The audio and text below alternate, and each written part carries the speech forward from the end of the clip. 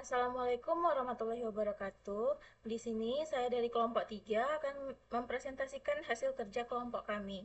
Sebelumnya, perkenalkan nama saya Putri Syahira dengan NPM 2335 10322. Nah, di sini saya akan membahas mengenai tugas 1.9 pada poin pertama, yaitu nomor 1, yang soalnya jelaskan siklus hidup proyek ilmu data dan contoh penerapannya di sektor transportasi.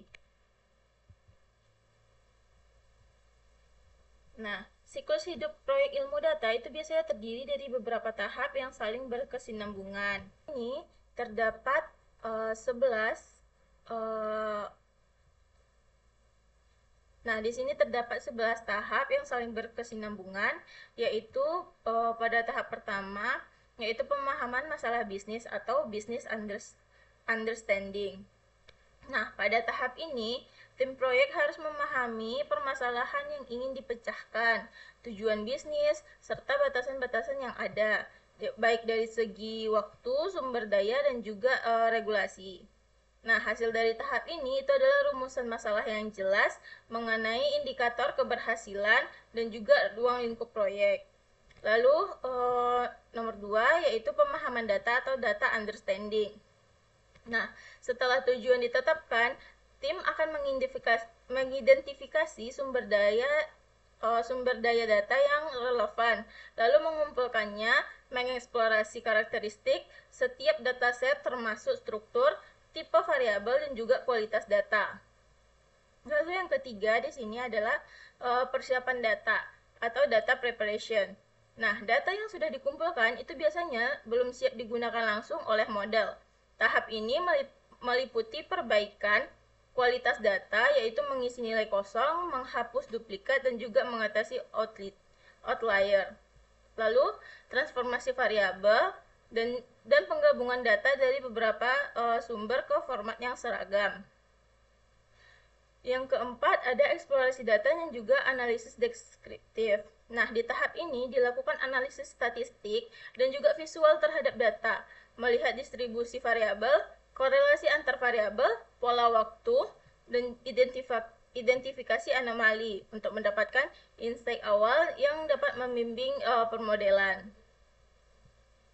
Lalu yang kelima itu ada feature engineering, yaitu membuat variabel fitur baru yang relevan dan juga berguna bagi model prediktif. Misalnya ekstraksi fitur waktu, agregasi, transformasi jarak spesial, atau interaksi antar variabel. Lalu yang keenam ada pemodelan. Nah, pada tahap ini dipilihlah algoritma yang sesuai, misalnya regresi, decision tree, dan juga random forest. Kemudian melakukan pelatihan pemodelan terhadap data latih, lalu melakukan validasi dan juga optimasi hyperparameter untuk mencapai performa yang terbaik. Lalu di sini ada evaluasi dan juga validasi. Setelah model dilatih, dilakukanlah evaluasi dengan data yang tidak pernah digunakan selama pelatihan dan berbagai metrik yang sesuai. Setelahnya juga dievaluasi dari sisi kesesuaian terhadap tujuan bisnis. Lalu yang 8 ada deployment atau implementasi. Nah, jika model sudah terbukti memadai, maka dipasang atau diintegrasikan ke dalam sistem operasional agar dapat digunakan secara nyata, misalnya lewat API. Lalu di nomor 9 itu ada monitoring, pemeliharaan, dan juga retraining. Nah, setelah model berjalan, perlu dipantau performanya, baik dari segi akurasinya dan juga drift data. Nah, bila diperlukan, dilakukan retraining atau pembaruan model dengan data baru agar tetap relevan. Lalu yang ke-10 ada komunikasi dan juga tindak lanjut. Hasil analisis dan prediksi harus dikomunikasikan ke pemangku kepentingan dengan cara yang bisa dipahami visualisasi dan juga laporan rekomendasi tindakan. Lalu selanjutnya dievaluasi dampaknya dan diperbaiki bila diperlukan. Nah, yang ke-11 yaitu ada pertimbangan etika dan juga privasi. Nah, di sepanjang siklus aspek Di sepanjang siklus, itu aspek etika dan juga privasi data tidak boleh diabaikan. Pastikan data pribadi dilindungi, penggunaan data sesuai dengan izin pengguna, dan juga evaluasi potensi bias agar hasil tidak diskriminatif. Nah, berikut adalah gambar siklus sains datanya. Dimulai dari business understanding, lalu ke analytic understanding, lalu ke data recruitment, lalu setelah itu data collection, data understanding, data preparation, setelah itu ke modeling, evaluation, deployment, dan juga feedback. Nah, berikut adalah contoh penerapan di sektor transportasi.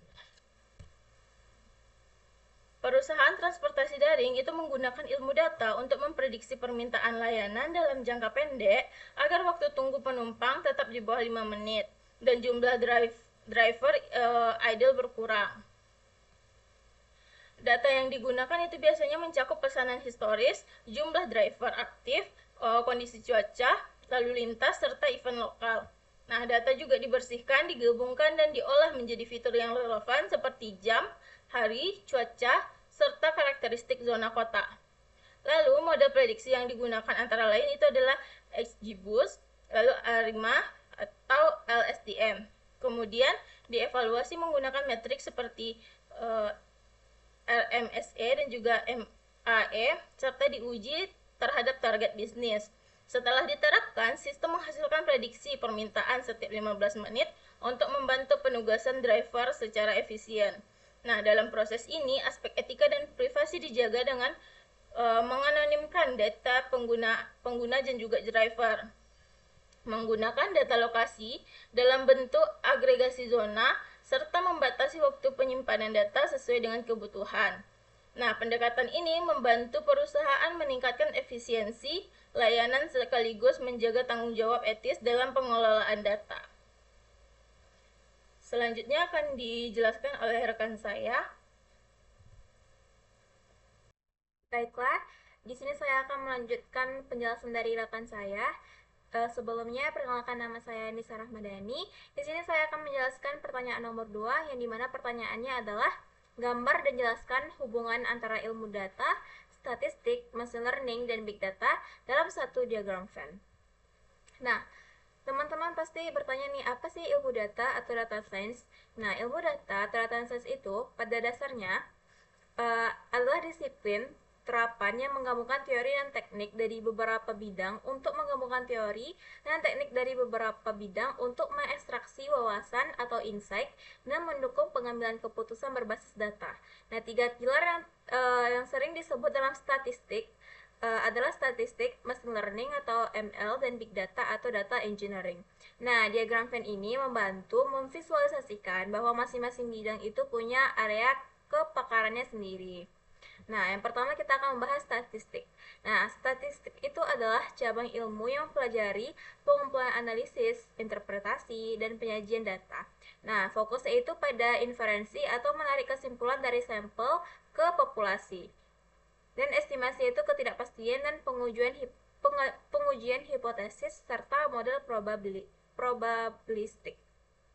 Yang kedua itu ada machine learning, di mana machine learning adalah subbidang ilmu komputer yang mengembangkan algoritma agar komputer dari data mengenali pola, memprediksi, generalisasi, dan juga ML ini fokus pada pemodelan prediktif, optimasi, dan pembelajaran dari data dalam jumlah besar, termasuk supervised, unsupervised, and reinforcement learning. Yang ketiga itu ada big data atau data engineering, yang dimana itu big data itu merujuk pada teknik dan infrastruktur untuk menyimpan, memproses, dan mengalirkan data yang berukuran sangat besar atau volume, cepat, velocity, dan data lakes atau pipeline ETL. Nah, selanjutnya itu ada ilmu data atau data science, di mana ilmu data adalah disiplin integratif. Ia menggunakan statistik untuk pemahaman dan validasi, memakai ML untuk prediksi atau penangkalan otomatis, dan juga memanfaatkan teknik big data untuk menangani volume dan kecepatan data. Nah, selain aspek teknik, ilmu data menuntut pemahaman domain atau knowledge, komunikasi hasil, serta perhatian pada etika dan regulasi. Nah, di sini kita akan melihat hubungan antara ilmu data statistik, machine learning, dan big data dalam diagram Venn. Nah, ini adalah bentuk diagram Venn-nya, di mana di sini terdapat big data, artificial intelligence, machine learning, deep learning, kemudian data science, statistik, dan regression analysis. Nah, dalam diagram Venn ini menunjukkan bagaimana berbagai disiplin ilmu itu saling beririsan dalam ekosistem big data. Jadi setiap lingkaran ini nih mewakili bidang keahlian yang berperan penting dalam menganalisis, memahami, dan memanfaatkan data dalam skala besar. Yang pertama itu ada big data, yang dimana lingkupnya itu paling luas, dimana di sini dia menaungi semua bidang lain dalam diagram. Nah, istilah ini mengacu pada kumpulan data yang berukuran sangat besar, kompleks, dan bervariasi. Dan big data ini dia memiliki tiga karakter utama yang dikenal sebagai 3V, yaitu volume, jumlah data yang sangat besar, kemudian ada velocity, kecepatan data yang dihasilkan, kemudian ada variety atau variasi format data seperti teks, gambar, video, sensor, dan log. Nah, yang kedua itu ada artificial intelligence, di mana AI ini adalah bidang yang berfokus pada pembuatan sistem komputer yang mampu meniru kecerdasan manusia seperti berpikir, belajar, memecahkan masalah, dan mengambil keputusan. Nah, contohnya itu seperti mobil tanpa pengemudi, sistem rekomendasi, dan asisten virtual seperti Siri dan Alexa. Nah, yang ketiga itu ada machine learning, di mana machine learning ini adalah bidang dari AI yang memungkinkan sistem belajar dari data tanpa harus diprogram secara eksplisit. Nah, artinya sistem ini menggunakan algoritma yang dapat memperbaiki diri sendiri berdasarkan pengalaman data. Contohnya itu contoh penerapannya seperti prediksi harga saham dan sistem rekomendasi YouTube atau TikTok. Nah, di sini ada juga deep learning. Nah, deep learning ini adalah cabang dari machine learning yang menggunakan jaringan saraf tiruan dengan banyak lapisan. Nah, atau deep neural networks. Nah, jadi DL sangat efektif untuk memproses data kompleks seperti pengenalan wajah, analisis suara, pengenalan gambar, dan penerjemah otomatis. Nah, yang kelima itu ada data science, di mana data science ini mencakup seluruh proses pengumpulan, pembersihan, analisis, visualisasi, dan interpretasi data untuk keputusan. Nah, data science juga menggunakan statistik, machine learning, dan big data. Nah, peran utama seorang data scientist adalah menjembatani data mentah menjadi pengetahuan bermakna yang dapat digunakan dalam bisnis atau pemerintahan. Nah, kemudian ada statistik. Nah, statistik adalah dasar dari semua bidang lain dalam diagram ini yang menyediakan metode matematis untuk menganalisis data seperti regresi, korelasi, inferensi, dan uji hipotesis. Nah, jadi hubungan antar bidang adalah AI itu mencakup semua sistem cerdas termasuk ML dan DL. ML adalah cara untuk mencapai AI dengan belajar dari data. DL adalah teknik khusus dalam ML yang meniru cara kerja otak manusia.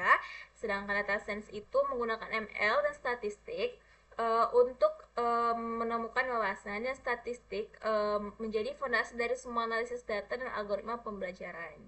Nah, diagram ini memperlihatkan bahwa big data menyediakan bahan data science itu dia menganalisis dan menemukan wawasan data, sedangkan machine learning dan deep learning itu memberikan kemampuan untuk pembelajaran otomatis, sedangkan artificial intelligence itu mengintegrasikan semua itu untuk mencakup sistem yang cerdas dan adaptif, dan statistik itu menjadi dasar ilmiah dari semua pendekatan analisis data tersebut. Baiklah, selanjutnya akan dijelaskan oleh rekan saya. Baiklah, saya Cynthia Disti dan di sini saya akan menjelaskan untuk soal yang nomor 3, yaitu buatlah script Python menggunakan library pandas. Untuk yang pertama ada membaca file CSV, menampilkan 5 baris pertama, dan menghitung statistik deskriptif kolom numerik. Nah, di sini saya sudah menyiapkan datanya. Nah, ini data untuk yang akan dibuat codingannya ya. Yang pertama ada Reksa, umur 23 tahun, pekerjaan programmer, gaji 6,5 dan masa kerja per tahun. Jadi di sini nama-namanya dan sini ada umurnya, yang umurnya itu bervariasi. Kemudian pekerjaannya tentunya juga bervariasi. Kemudian di sini ada ya, gajinya ya, gajinya juga beda-beda. Dan di sini ada angka portalnya ada yang sama juga. Nah, coba saya akan buat dalam codingan Python-nya yang sudah saya siapkan. Nah, di sini codingannya.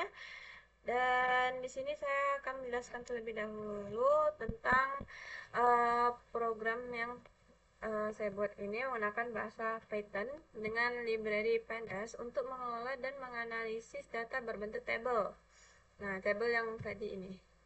Nih, kemudian library pandas ini sangat populer dalam dunia sains data ya, karena memudahkan kita untuk membaca, mengelola, dan menganalisis data dengan cara sederhana namun efisien.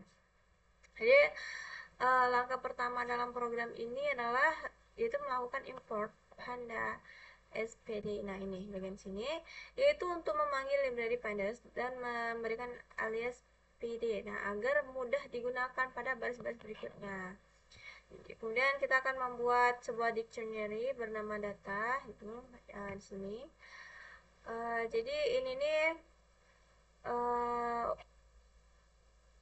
apa ya, untuk berisi beberapa ya untuk kolom itu ada nama karyawannya, umur, pekerjaan, gaji, dan masa kerja yang sudah ada dibuat sini. Nah, kemudian data tersebut kemudian diubah menjadi sebuah data frame dengan perintah df sama dengan pd titik data frame dalam kurung data. Nah, nih. Jadi ini untuk diubah menjadi data frame. Kemudian data frame ini adalah struktur data 2 dimensi yang menyerupai tabel di Excel. Nah, sehingga sangat mudah dibaca dan dianalisis. Setelah data berhasil dibuat, saya juga menggunakan perintah div head. Nah, jadi di div head ini untuk menampilkan 5 baris pertama seperti yang ada di soal tadi kan dari data. Jadi fungsi ini berguna untuk memastikan bahwa data sudah terinput dengan benar dan menampilkan sebagian isi tabel tanpa perlu melihat seluruhnya. Kemudian program ini menampilkan hasil statistik deskriptif ya menggunakan div describe. Nih. Jadi itu perintah ini secara otomatis menghitung berbagai nilai statistik dari kolom yang bersifat numerik. Nah, ini dia. Nanti outputnya ini. Dua ini 15 pertama dan ini yang bagian statistiknya. Nah, saya akan menjelaskan yang bagian statistiknya. Jadi bagian statistik deskriptif pada program ini digunakan untuk memberikan gambaran umum mengenai data numerik yang ada di dalam tabel. Jadi perintah yang digunakan adalah div describe. Nah, ini dia. Fungsi ini secara otomatis menghitung berbagai ukuran statistik dasar dari kolom numerik, yaitu kolom umur, gaji, dan masa kerja ya. Jadi di sini ada count ya. Count menunjukkan jumlah data yang ada pada setiap kolom numerik. Dalam hal ini jumlah adalah 5 karena terdapat 5 karyawan. Kemudian man itu adalah nilai rata-rata dari hasil perhitungan rata-rata umur karyawan adalah kayak 2, kalau dihitung ya 24,8 tahun. Jadi dia 24 ke atas gitu. Rata-rata gajinya juga ada 7,16 juta rupiah dan rata-rata masa kerjanya itu 3,2 tahun. Jadi nilai ini membantu kita memahami kecenderungan umum dari data. Kemudian ada STD atau Standard Deviation menunjukkan seberapa besar penyebaran atau variasi data dari nilai-nilai ratanya. Semakin besar nilainya, semakin bervariasi datanya. Misal, standar deviasi gaji sebesar 0,56. Artinya variasi gaji antar karyawan relatif kecil. Kemudian ada min dan max menunjukkan nilai terkecil dan terbesar. Contoh, umur termuda adalah 23 tahun dan tertua 26 tahun. Sedangkan gaji terendah itu 6,5 juta dan tertinggi 8 juta. Kemudian ada yang kelima itu yang 25%, 50%, 75%. Nah, yang ini kan. Jadi itu tuh adalah nilai persentil atau kuartil ya yang menggambarkan pembagian data. Jadi 25% itu menunjukkan seperempat data pertama, 50% itu sama dengan median atau nilai tengah, dan kemudian 75% itu menunjukkan 3/4 bagian data. Jadi nilai ini membantu kita memahami distribusi data secara lebih detail. Dengan hasil ini, kita bisa menyimpulkan bahwa mayoritas karyawan berusia sekitar 24-25 tahun memiliki gaji rata-rata kisaran 7 juta dan telah bekerja selama 3 tahun. Analisis statistik deskriptif ini itu sangat penting karena memberikan gambaran awal terhadap data sebelum melakukan analisis lebih kompleks. Baiklah, saya akan lanjut dijelaskan oleh teman saya yang berikutnya. Baiklah, di sini saya akan melanjutkan pertanyaan dari soal yang kelima. Sebelumnya saya akan memperkenalkan diri. Perkenalkan, nama saya Anissa Mira Anastasia dengan NPM 2335 10727. Pertanyaan yang kelima yaitu temukan berita atau jurnal yang menunjukkan kasus penyalahgunaan data pribadi oleh perusahaan teknologi. Kemudian buatlah ringkasan dan refleksi etis terhadap kasus tersebut. Di sini terdapat ringkasan kasus, yaitu kasus Clearview AI atau penggunaan wajah biometrik. Di sini terdapat tabel yang dimana terdapat aspek dan uraian. Yang pertama, nama perusahaan adalah Clearview. Kemudian bidang teknologi adalah pengenalan wajah. Yang ketiga, metode pengumpulan data atau web scraping. Yang keempat adalah jenis data yang dikumpulkan adalah data biometrik wajah atau foto dan template pengenalan wajah. Yang kelima, terdapat jumlah data yang terkumpul, yaitu lebih dari 30 miliar foto wajah. Kemudian tujuan penggunaan adalah identifikasi individu untuk kepentingan penegakan hukum.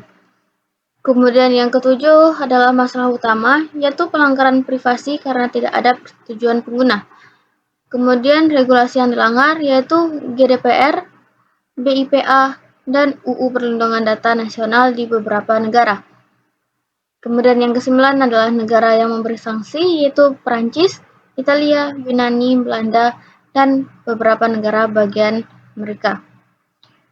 Kemudian bentuk sanksi yaitu perintah penghapusan data, denda besar, pembatasan operasional. Kemudian dampak sosialnya yaitu pengawasan massal, ketakutan publik, potensi diskriminasi algoritma. Kemudian dampak etisnya yaitu melanggar hak privasi, tidak transparan, dan mengancam kebebasan individu. Kesimpulannya yaitu Clearview AI menjadi contoh nyata bagaimana kemajuan teknologi tanpa etika yang dapat mengancam privasi manusia. Selanjutnya yaitu penjelasan rinci mengenai bagaimana Clearview mengumpulkan data, yaitu Clearview melakukan web scraping dari situs dan platform publik termasuk jejaring sosial, lalu mengubah foto menjadi template biometrik yang dapat dicari. Ini memungkinkan perpetual police lineup, yakni kemampuan mencocokkan foto manapun terhadap jutaan gambar yang tersimpan. Yang kedua, skala dan klaim perusahaan. Perkiraan jumlah foto yang dikumpulkan berbeda menurut sumber. Beberapa laporan menyebut lebih dari 10 miliar, artikel investigasi dan ringkasan menyebutkan puluhan miliar, tergantung periode pelaporan. Perbedaan angka muncul karena ekspansi basis data dan perbedaan metodologi pelaporan. 3. Tindakan regulator dan hukum. CNIL Prancis sejak 2021 memutuskan data processing Clearview ilegal dan memerintahkan penghapusan data terkait warga Prancis. Keputusan dokumented di dokumen resmi CNIL, Belanda menjatuhkan denda 3,5 juta dolar pada 2024, menegaskan database biometrik Clearview ilegal menurut GDPR. Di Amerika, tuntutan terkait BIPA Illinois berujung pada penyelesaian bernilai puluhan juta dolar. 4. Risiko teknis dan sosial. Studi akademik dan investigasi empiris menunjukkan VRT memiliki bias atau tingkat kesalahan lebih tinggi untuk kelompok ras atau minoritas tertentu, dan ketidakpastian dalam kondisi nyata, gambar berkualitas rendah, sudut berbeda. Penggunaan hasil VRT tanpa verifikasi independen dapat menyebabkan penangkapan atau penyidikan keliru.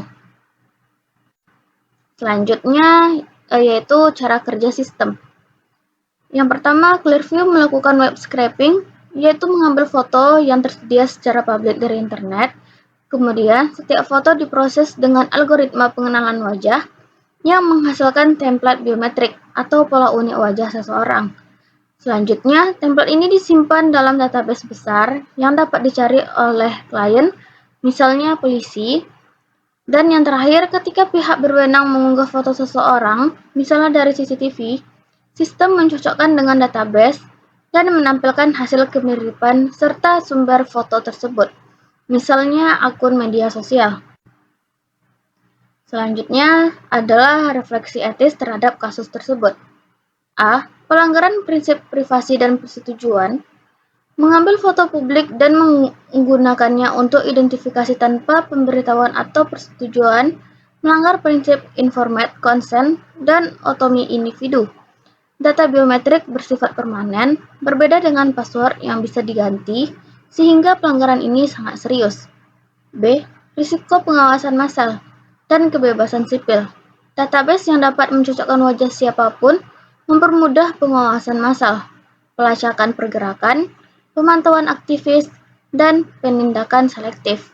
Efeknya bukan hanya pada target, tetapi juga pada masyarakat luas yang menjadi takut untuk berekspresi atau berkumpul. C. Keadilan dan bias algoritma. Jika model lebih sering salah mengidentifikasi kelompok tertentu, penerapan output VRT dapat memperkuat diskriminasi rasial atau gender dalam penegakan hukum, menimbulkan ketidakadilan serius. D.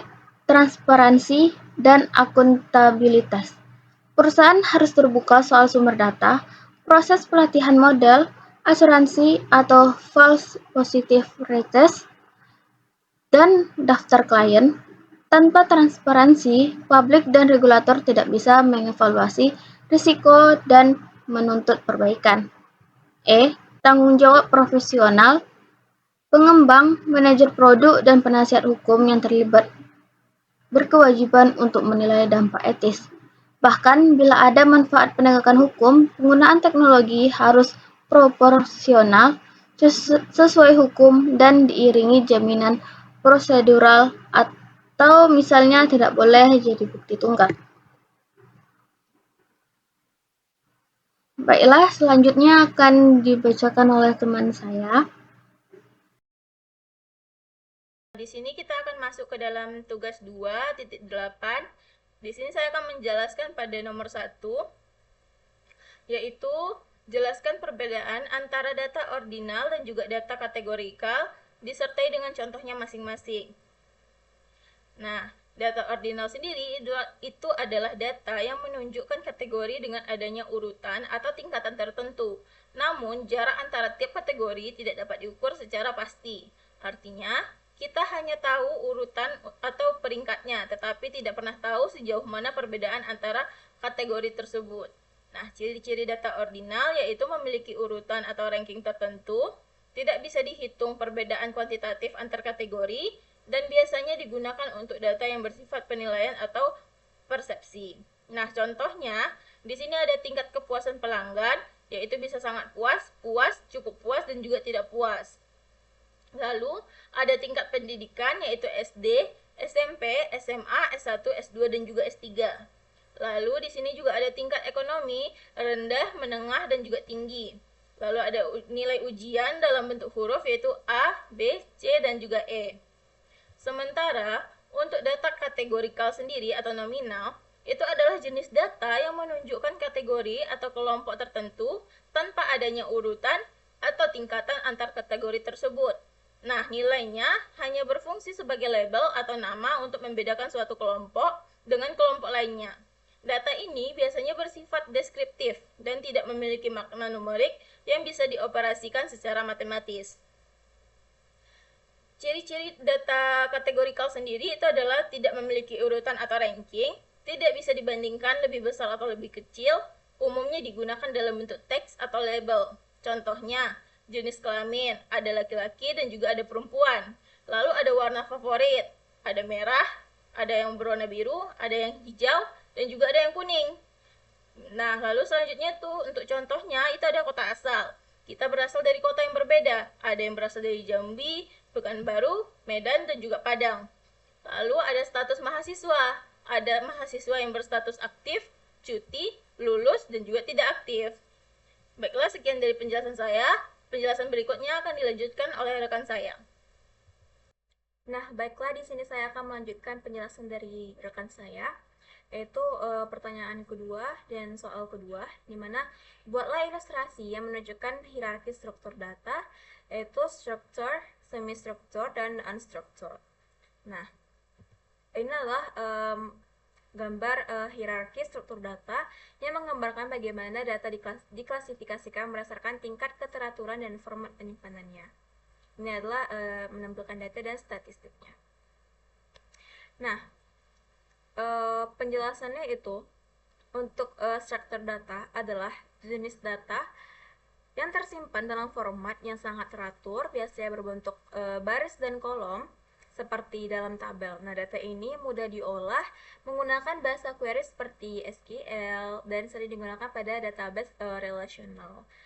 Nah, ciri-ciri utama dari struktur data itu adalah memiliki skema atau struktur tetap atau file dan type data yang sudah ditentukan.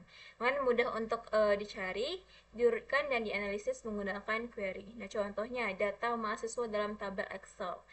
Contohnya ada nama, ada NIM, jurusan, dan nilai. Kemudian ada database SQL seperti MySQL, PostgreSQL, atau Oracle. Kemudian file CSV atau comma spared values. Nah, yang kedua itu ada semi-struktur data, yang dimana semi-struktur data itu memiliki struktur yang tidak sepenuhnya teratur seperti tabel, tetapi masih memiliki penanda atau teks atau key value pairs untuk mengorganisasi data. Nah, biasanya itu digunakan pada sistem yang fleksibel seperti NoSQL, database, JSON, dan juga XML, di mana format datanya itu bisa berbeda-beda namun masih bisa dibaca oleh mesin. Lalu, ciri-ciri semi-struktur data itu yaitu tidak punya format table tetap, tetapi memiliki atribut yang bisa dikenali, lebih fleksibel dari struktur data, kemudian cocok untuk sistem big data dan web service. Contoh, file JSON berisi data pengguna dengan file yang bisa berbeda, dan juga memiliki dokumen XML yang digunakan dalam pertukaran data antar sistem, dan juga database NoSQL seperti MongoDB dan Firebase. Nah, yang ketiga yaitu ada unstructured data, di mana unstructured data itu adalah data yang tidak memiliki format atau struktur yang terdefinisi. Nah, data jenis ini sering ditemukan dalam bentuk multimedia, teks, bebas, atau posting media sosial yang tidak bisa dimasukkan langsung ke dalam tabel. Nah, ciri-ciri unstructured data ini adalah itu tidak memiliki skema atau struktur baku, kemudian sulit diolah secara langsung oleh sistem database tradisional, kemudian membutuhkan teknologi khusus seperti NLP atau Natural Language Processing, Image Recognition, atau AI untuk analisisnya. Contoh itu ada file teks dokumen, atau laporan artikel, email, kemudian gambar, video, dan rekaman suara, lalu data media sosial seperti posting Instagram, Twitter, atau komentar di YouTube. Baik, di sini saya akan melanjutkan untuk tugas yang kedua, yaitu soal nomor 3. Gunakan Pandas untuk membaca file Excel berisi data mahasiswa dan tampilkan ringkasan statistik per kolomnya. Nah, di sini saya sudah menyiapkan codingannya juga, dan di sini ada penjelasan singkat yang dimana bagian ini bertujuan untuk melakukan analisis sederhana terhadap data mahasiswa dengan menggunakan library Pandas dan NumPy di Python. Kemudian di sini adalah langkah yang dilakukan, yaitu pertama itu membuat data mahasiswa secara otomatis menggunakan kode Python. Yang kedua, mengelompokkan tingkat kepuasan berdasarkan nilai IPK menggunakan fungsi khusus. Kemudian yang ketiga itu menyimpan data di file Excel. Yang keempat, membaca kembali file tersebut untuk memastikan data tersimpan dengan benar. Kemudian yang kelima itu menampilkan ringkasan statistik dan sebaran tingkat kepuasan mahasiswa. Kemudian di situ sudah ada data yang ada NIM, nama, IPK, dan tingkat kepuasan. Di situ ada NIM, yang dimana NIM itu juga berbeda ya, harus berbeda. Kemudian itu ada nama yang tidak ada yang sama, kemudian IPK juga bervariasi, dan di sini ada tingkat kepuasan. Jika 3,53 yaitu sangat puas, dan 3,39 contohnya itu sangat cukup. cukup gak nih? Kemudian saya akan jelaskan juga untuk bagian codingannya terlebih dahulu. Sebelum itu saya akan menjelaskan untuk lebih detail ya, yaitu program yang ada di sini.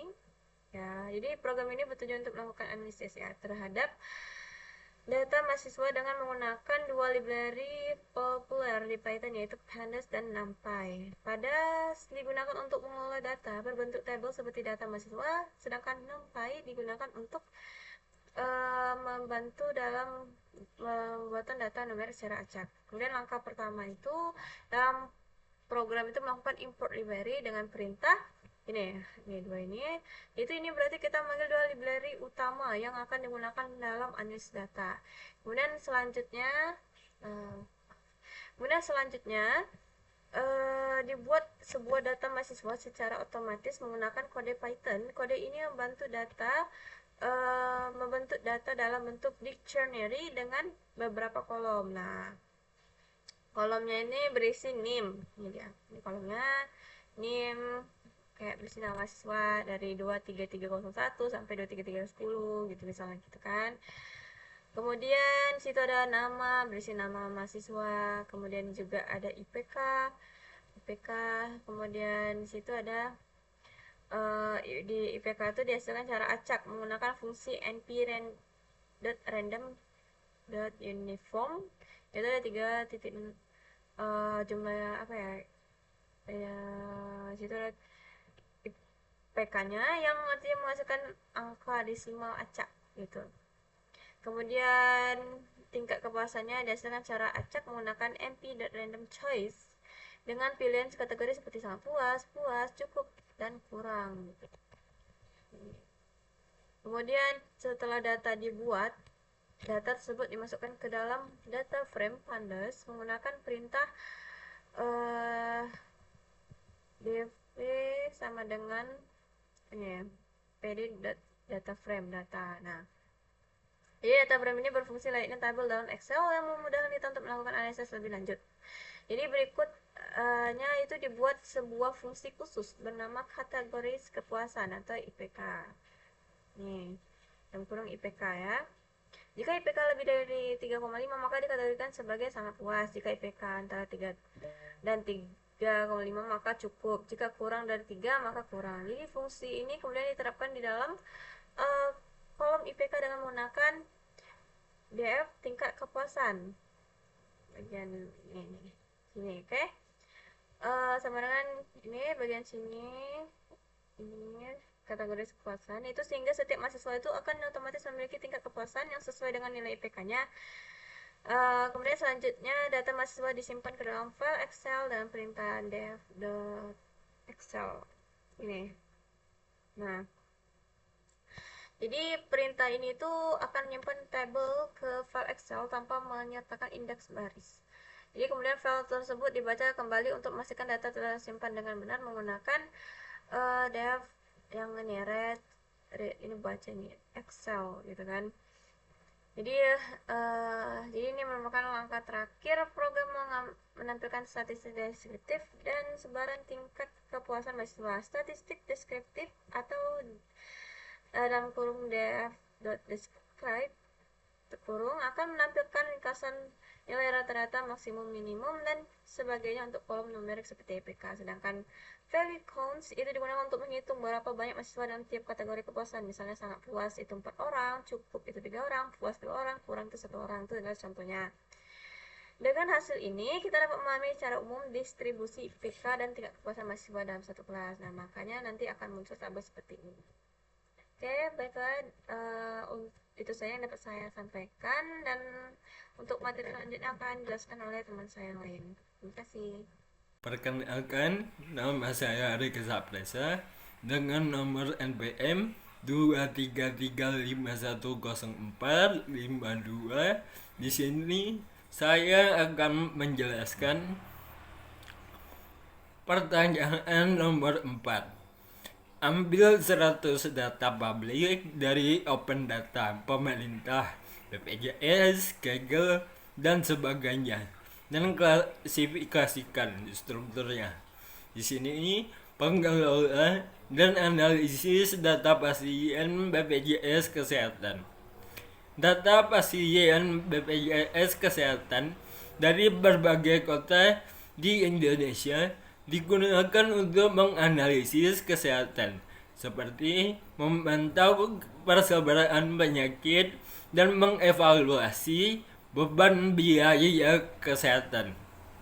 Data ini mencakup informasi penting tentang identitas dan kondisi kesehatan pasien, serta biaya perawatan yang ditanggung oleh BPJS. Dengan analisis data, peneliti dapat menemukan pola, tren, dan hubungan antar variabel, seperti hubungan antara usia pasien dan jenis penyakit.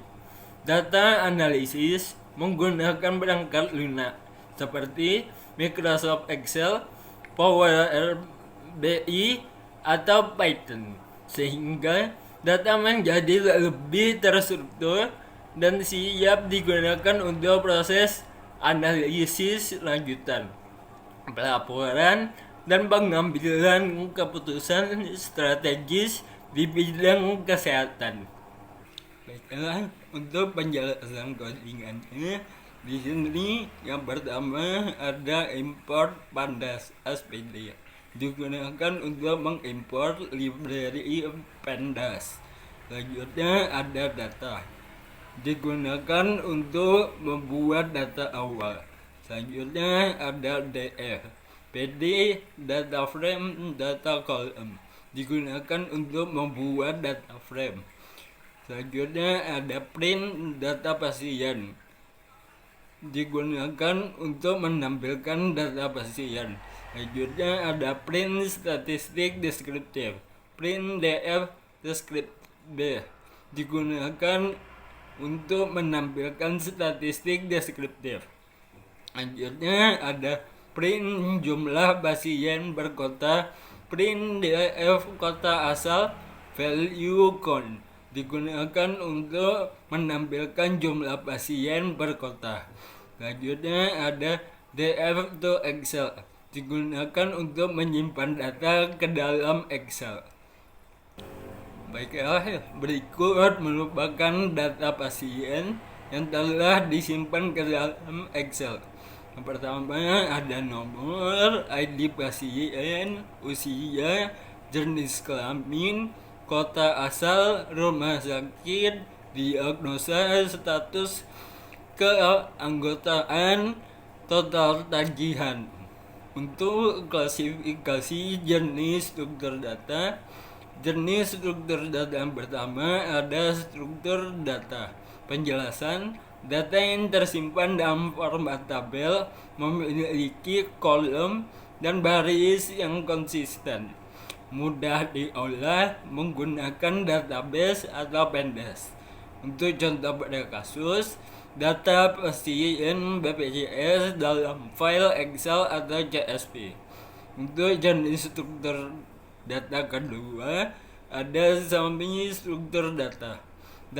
Untuk penjelasannya, data yang memiliki elemen terstruktur tetapi tidak selalu tetap formatnya, biasanya berupa JSON atau XML. Untuk contoh pada kasus, jika data pasien tersimpan dalam format JSON dengan kolom tambahan seperti riwayat penyakit atau kontak keluarga yang tidak ada semua data. Selanjutnya untuk struktur data ketiga ada unstruktur data. Untuk penjelasannya, data tanpa pola atau struktur tetap, sulit dianalisis langsung dengan sistem relasional. Untuk contoh pada kasus, catatan dokter berbentuk teks naratif, hasil foto rentgen, rekaman suara, wawancara pasien, atau file PDF hasil lab. Pertanyaan yang kelima, berikan contoh analisis sederhana untuk menemukan kota asal mahasiswa terbanyak di kelas Anda. Di sini terdapat codingannya yang dimana kita menggunakan impor Pandas ASPD. Kemudian terdapat data mahasiswanya yang dimana dengan nama Cynthia, Saira, Anissa, Nisa, dan Reksa. Kemudian juga terdapat kota asalnya yaitu Pekanbaru, Bukit Tinggi, Pekanbaru, dan Jambi. Kemudian hasil dari codingan tersebut adalah terdapat data mahasiswa dengan nama yang tadi sesuai dengan codingannya.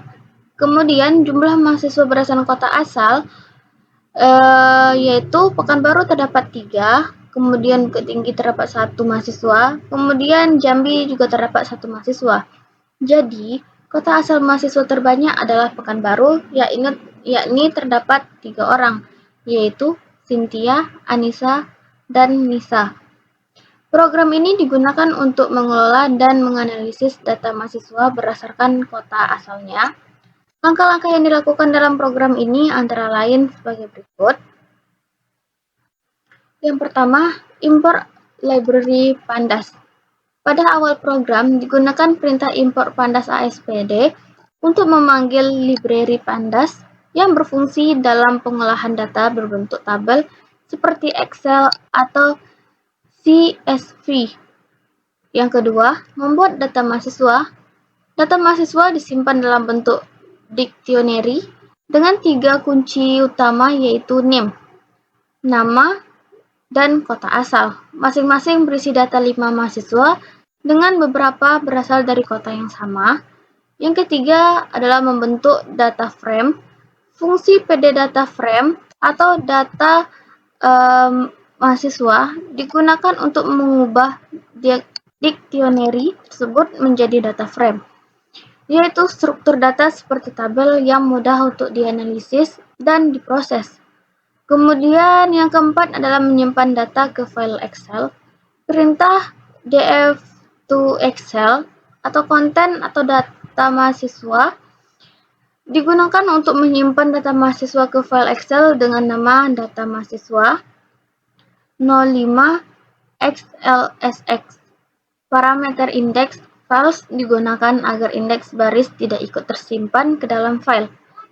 Yang kelima, menampilkan data mahasiswa di layar. Bagian print atau DF berfungsi untuk menampilkan data mahasiswa dalam bentuk tabel agar pengguna dapat melihat seluruh isi data yang sudah dibuat. Yang keenam, menghitung jumlah mahasiswa berdasarkan kota asal.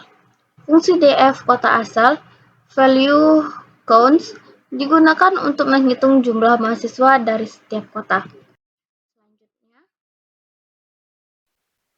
Baiklah, sekian presentasi dari kelompok 3. Lebih dan kurang kami mohon maaf. Saya akhiri. Assalamualaikum warahmatullahi wabarakatuh.